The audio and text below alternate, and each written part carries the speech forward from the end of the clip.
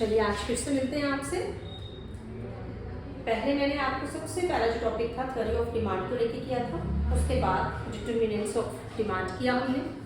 आज का जो टॉपिक रहेगा वो है हमारा लॉ ऑफ डिमांड, ठीक है। और ये as per exams point of view से बोलूँ तो this is very important, law of demand. आप लोगों को ये चीज़ तो अच्छे से पता है बेटा कि कानून तो हमारे देश में भी है, और इवन ये कानून इसलिए बनाया जाता है कि सो दैट वो हमें प्रोटेक्ट करता है। तो हम इस कानून को यही नाम देते हैं लॉ, मतलब हमारे देश का कानून है। तो कहीं हर जगह में आपको ये समझना है कि हर जगह में कोई ना कोई लॉ आपका अप्लाई होता है। और इवन देखिए कि हमारे डिमांड को लेकर भी एक लॉ बना है।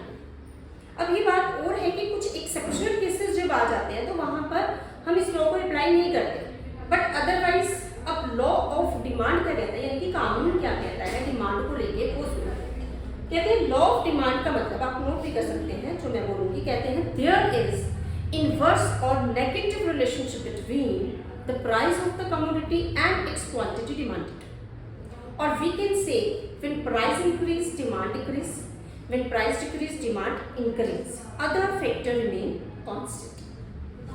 मतलब कि डिमांड और प्राइस का एक ऐसा रिलेशन बन गया है कि ये दोनों एक दूसरे के खिलाफ ही चलेंगे, इन द सेंस अपोजिट चलेंगे। तभी हमने कहा इनवर्स और नेगेटिव, ये इनवर्स भी चलते हैं और नेगेटिव भी चलते हैं, इनका रिलेशन ही नेगेटिव है। तभी इसको हम डाउनवर्ड स्लोप भी कहते हैं, क्योंकि अगर एक बढ़ेगा तो दूसरा कम होगा। तो जैसे कि मैंने कहा जब प्राइस बढ़ेंगे तो डिमांड कम होगी, जब प्राइस कम होगी तो डिमांड ज्यादा होगी।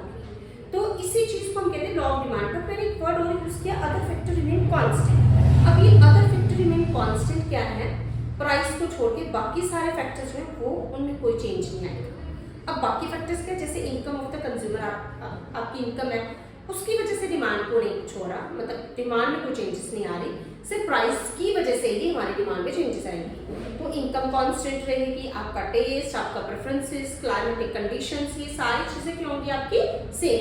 बट अगर चेंज होगा तो सिर्फ किस में होगा, प्राइस में। तो जब प्राइस में चेंज होगा तो ऑटोमेटिकली चेंज किस में होगा, आपकी डिमांड में।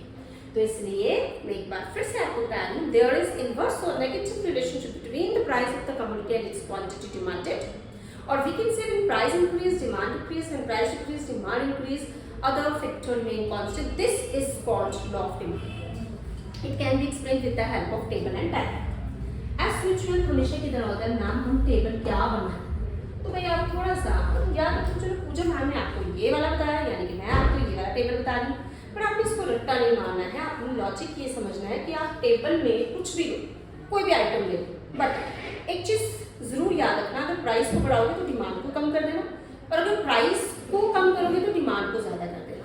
जैसे कि मैं बताती हूँ आपको, सपोज करो आपने 10, 9, 8 लिया, तो मतलब इस बार मैं प्राइस को कम कर दूँ, तो प्राइस कम होगी तो डिमांड को आप बढ़ा दीजिए। अब होगा कि मैम सेम ले लें, नहीं, एज यू विश, जैसा आपका मन है आप वैसी की वैसे आइटम्स आपकी तरफ से भी ले सकते हैं, बस कम ज्यादा का चक्कर और कुछ भी ले, ठीक है। इसी के साथ आपकी जब डायग्राम बनेगी तो डायग्राम में आपने याद रखना है आपके जो डिमांड होते हैं, आपके जो सप्लाई होते हैं, आपके जो यूनिट्स होते हैं, आपके जो आउटपुट होते हैं, ये चीज़ें ऑलवेज एक्स एक्सिस में ही शो होती है। तो इसलिए हम डिमांड जो है वो शो करेंगे कहाँ, एक्स एक्सिस में। ये एक्स एक्सिस है, हॉरिजॉन्टल लाइन आपकी एक्स एक्सिस होती है, वर्टिकल लाइन आपकी वाई एक्सिस होती है। और वाई एक्सिस में आपका price, TP, MP, AP, TC, AC, MC, या फिर आपका टीआर, एमआर, एआर, तो ये जितनी भी चीजें आपकी ये सारी it will be shown in Y axis, ठीक है। तो आपको इसलिए याद रखना प्राइस भी आपका वाई एक्सिस में भी शो होता है। अब हम लेंगे प्राइस आपका 10 हाईएस्ट है, 2 का गैप ले सकते हो, 2, 4, 6, 8, 10, और ये 50-50 का गैप ले सकते हो, 50, 100, 150 एंड 2। अब देखो प्राइस का 10 है और डिमांड का 100, तो हमें जाना है प्राइस के 10 से 100 तक। उसके बाद प्राइस का 9 है और डिमांड का आपका 150 एंड प्राइस का 8 है और डिमांड का आपका 200। ये बना बेटा जी आपका डाउनवर्ड स्लोप। तो आप हमेशा कोशिश करिए एक्सप्लेन जरूर करिए। तो आप छोटा मोटा लिख सकते हैं इजीली, रट्टा नहीं मारना है आपको, क्रैम नहीं करना है आपको। लिखना है demand in this diagram, demand is shown in x-axis and the price is shown in y-axis, and this demand shown downwards. And the reason is what? Inverse relationship. Due to inverse relationship, diagram क्या है आपकी? Downwards.